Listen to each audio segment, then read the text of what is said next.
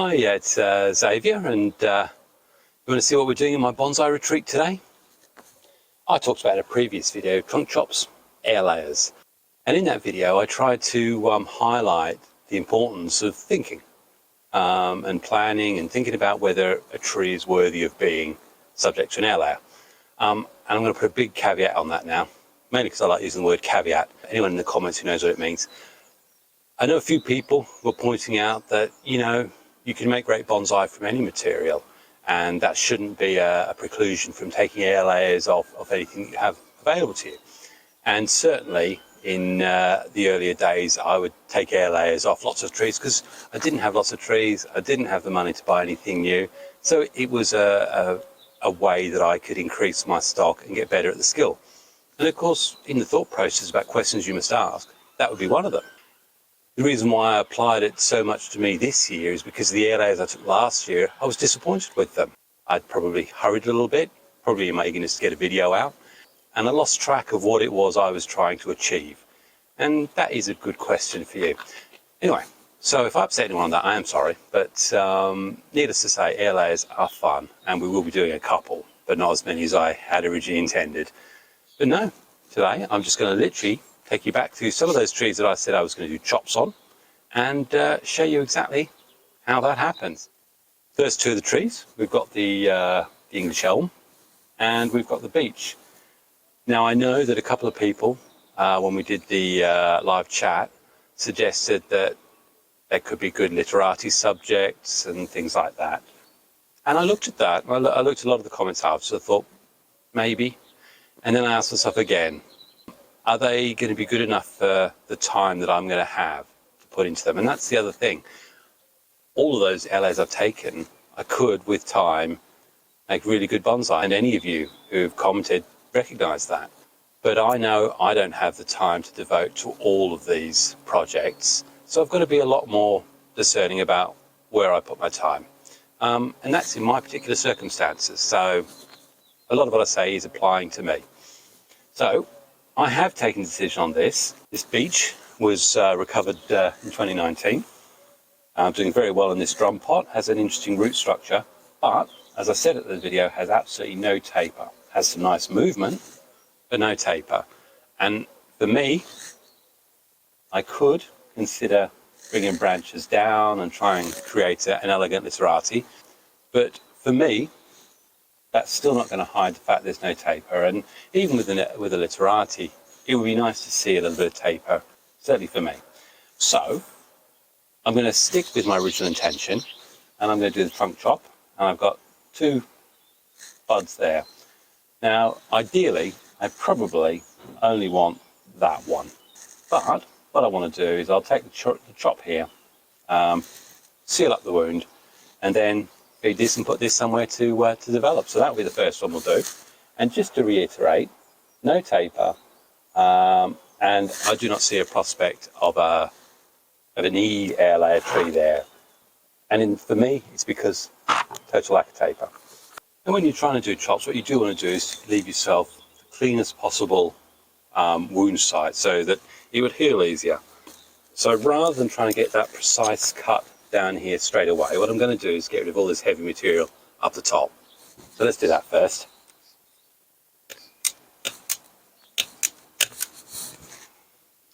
Carnage damage, gone. So there we go. And I think even looking at that, it's easier now to see how there is potentially going to be a really, really nice tree in there. So I'm now going to cut a little bit lower down. Now, because I don't know, I mean, that is going to be the main leader, but let's just... Okay. Now, I would have the option here, if I wanted to bring it even closer, to use a saw, a Japanese saw. This is probably a little bit brutal for that, so I wouldn't be using that. A proper fine-tooth saw that will allow you to get a really nice, clean cut. But I won't do that until next year, when I've seen that we've got a good healing, and we've also seen how far it dies back to, so that I can have a nice collar to pick on. So all I need to do really is seal it. And for sealing, Truthfully, on something like this, you could as easily use Vaseline or petroleum jelly or anything that's going to give you a nice airtight seal. We're not trying to promote new growth or anything from there, so we're not really that bothered, but I'll put some putty on it. And all I'm doing that for is just to make sure that we get a nice seal there. We try not to get bacteria or anything like that into there. Okay, so cut's done, sealed off. I will now let that basically recover. But hopefully all the energy that's in those roots, which is picked up through this springtime, through the foliage that it did have, is now in there. That tree is now recognizing it's got a major issue if it wants to try and recover energy for later in the year. And that's the way it's thinking. So it's going to say, I need to use all the energy that's in those roots and push out growth. I may get budding lower down. Certainly, I will be hoping that everything goes into these.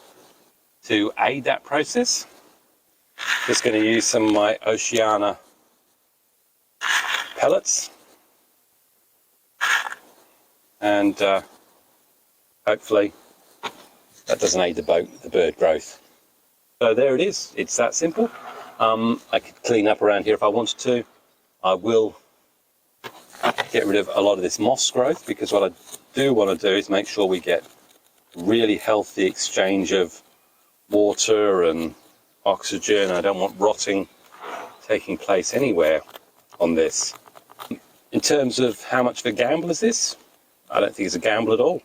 I'm pretty confident that we're going to get really good growth, so long the tree itself is healthy.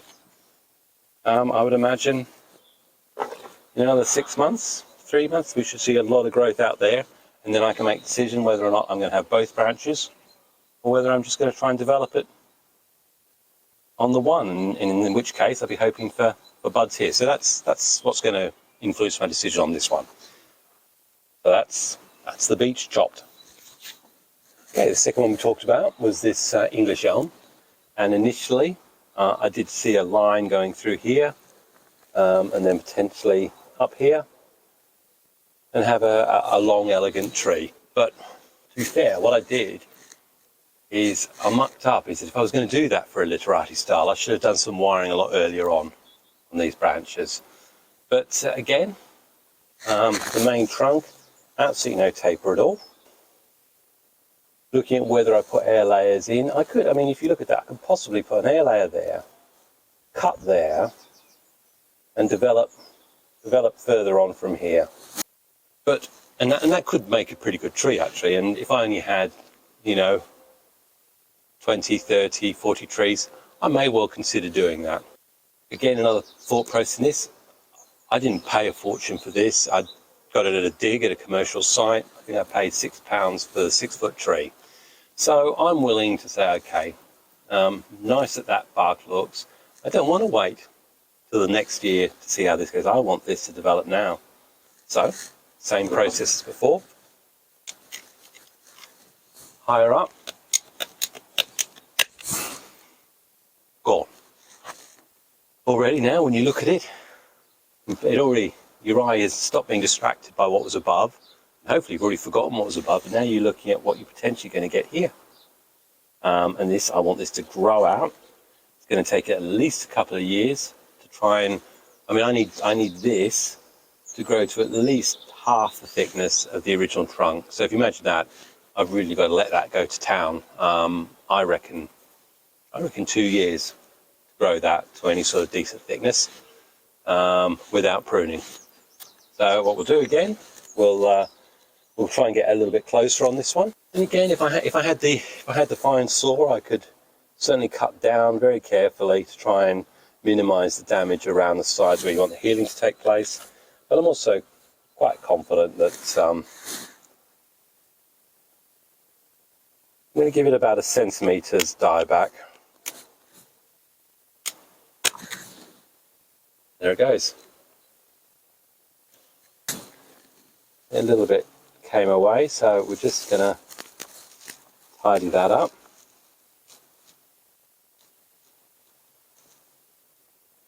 Lovely bark on these. And then more cut paste. And I do have to make sure that's protected, because I do not want to risk dieback going below that branch, otherwise it all fails.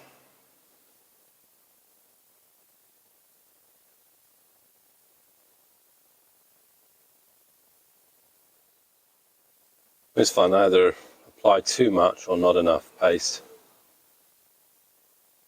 But again, you know, truthfully, looking back at this, the easier way of doing this would have been Vaseline or petroleum jelly, to be honest.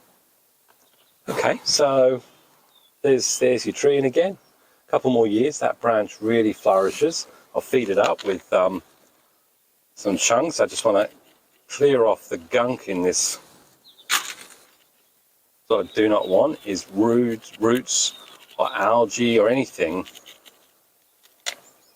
affecting the ability of this tree to be healthy, which means I don't really need these rocks. And again, the rocks are initially there to stop the birds, to give it stability. A bit of concrete. Okay, so I will go around and clean that up. Put some more Oceana, or if you've got some Bio Gold or whatever it is that you're using, feed it up heavily. And then again, I'll put this in a shaded part of the garden. So I've cleaned off the top here. Already, you know, I forgot what it looked above. And that's the other good thing about doing trunk chops. If you've picked the right place, then it doesn't take you long before you forget what was there before. So the pain, regret and thing, it's only that pain, regret or doubt quickly disappears, and all you see is this potential for this new tree. So again, lots of food. I want this to really thrive. Okay, I hope you can see why I would choose this option. And I'll say again, if you chose to take an air layer higher up and wait another year, that would be equally as fine, and you can enjoy that potential of a second tree in a couple of years' time and build the roots. But for me, this is what I wanted to do. So I'm happy with this. All that energy is going to go into that branch and hopefully speed the process of turning this into, well, I'm hoping, don't know, it depends what comes from it, but may well, don't know, could be this sort of tall, don't know. Anyway, the thing about this is we've taken off a lot of leaf from leaves off it, so it is going to be vulnerable to the sun now. So I will leave these in a very shady part of the garden for at least 3 or 4 weeks until I'm sure that we're going to get some growth and they're nicely strengthened off. Because the last thing I want to do now is cook this growth and the tree says, yeah, thanks very much, Sav, but I've had enough of life. So I'm going to do this now with a smaller one that I've had a long time. I'll show you that now. Now I've had this for 2015, so what are we now, 8 years. It's still no thicker than an HB pencil, or even a 2B pencil, to be or not to be. Now, I've kept, so I think the first mistake I made with this was trying to turn it into a bonsai. No, the first mistake I made with this was putting it into a shallow, small pot very early on, and then I wired it with no real idea of what I was going to do, and it's what I call some trees fool you, and I think they fool you into thinking that they can be something else, and they probably could. I mean, there's a little bit of taper, but truthfully, it's such a small tree that if I want this to be, well, there's no way it's going to be that height with that trunk. So anyway, this is where I'm going to take an option that I've given up trying to wire. This has been wired quite a few times, and I'm going to make a real big choice, and hopefully you can all see what that choice is. Take off a little bit higher up, and that was the choice. And hopefully you can see now that that was probably the right choice in terms of speeding up the process. I could have kept the way it was going, but it was meandering. It didn't interest me enough to try and concentrate on it, and I got overtaken by all the other trees I had.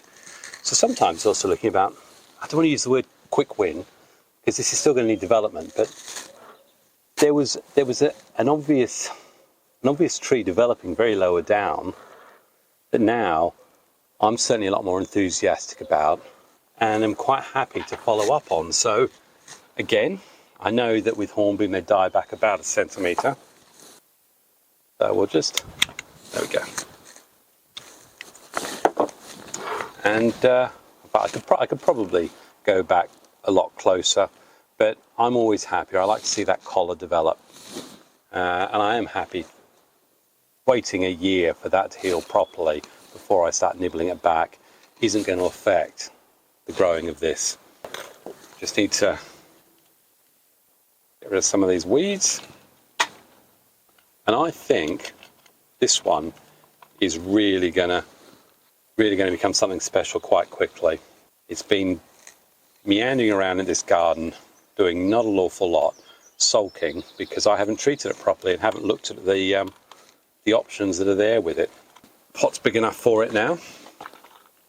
Now, again, I think I've mentioned earlier that these Oceana, I don't get sponsored by them. These Oceana, they look like rabbit food. Really good, but the reason why I got them is that they're a slow release, but they seem to work well. You can actually mix them in with your potting mix. So rather than that waiting 4 weeks that we normally do before you start putting feed in, you can whack these into the mix straight away. So that's what I've been doing, along with some carbon or activated charcoal or carbon or something. Anyway, so there it is. I don't need to do any pruning on it right now. I would imagine, looking at the size, I probably want this to thicken a little bit more, and you know, it may well be that it'll, I don't know, I may well go clip and grow on this, but I'm going to let the leader go. Might just actually clip these back. Let the lower branch go.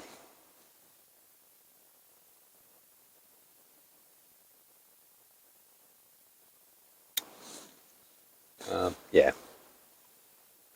Although actually, hey, why not? Let's do some clip and grow styling on it now. Probably not going to need this branch. So that's an example of what I've done with a tree that I've had for the best part of 8 years, and I think I've immediately upped its percentage chance of ever making it into the great halls of Grantham bonsai. So I've now got to do probably another 40 of these. The principle I've shown there is exactly the same. Once I'm absolutely happy that it's not ever going to be suitable for me for an air layer, then it's just about where I do the chop. And the sooner I do that and make that decision, the better for the tree that I'm trying to develop. I will show you one more because it's been hanging around the garden for ages, a bit like me. No matter how many trees I've got, I still can't help picking stuff up when I see it. And I got this great big silver birch. It was 5 foot. I chopped it initially there. I chopped it there. It's not going to be any good as an upright like that. There's nothing that's developed from there that I like. So I haven't really invested much time, certainly not any money in it. I don't think I paid for it actually. So I'm going to go for a real, what I hope is quite an obvious decision. Little field maple. I'm going to go for probably an easy decision. I could try bending these branches down and creating a magical thing, but hopefully you can see what the decision is here with this one. And again, you find stuff in the nursery which you think's potential. Make these big cut decisions really early on. Now, some of you may be thinking, right, now I've done that, clearly what's going to happen is I'm going to have to wire this all to try and get it some sort of shape.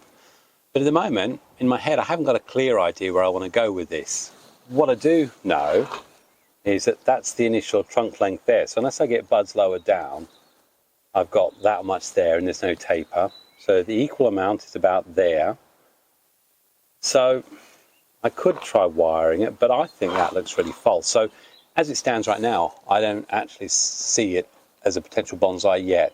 So I'm still playing with it. Whereas the tree you've just seen before, there was clearly a potential tree or bonsai in it already. I don't yet see that, and I'm not going to put wire onto it yet. But what I am going to do is challenge the tree to challenge me. I will cut up there. So we've just got 2 there. And this one up here.